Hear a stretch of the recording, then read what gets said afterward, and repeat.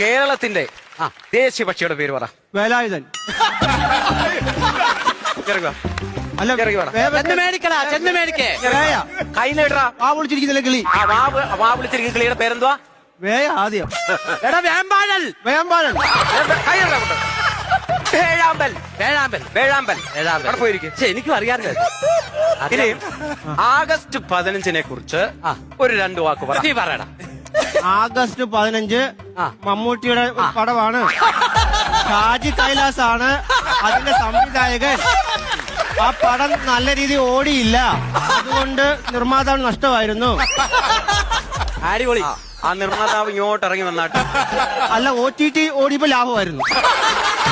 ആ നിർമ്മാതാവ് ഏതാ? ആഗസ്റ്റ് 15-ന് നമുക്ക് എന്ത് കിട്ടും? മുട്ടായി കിട്ടും.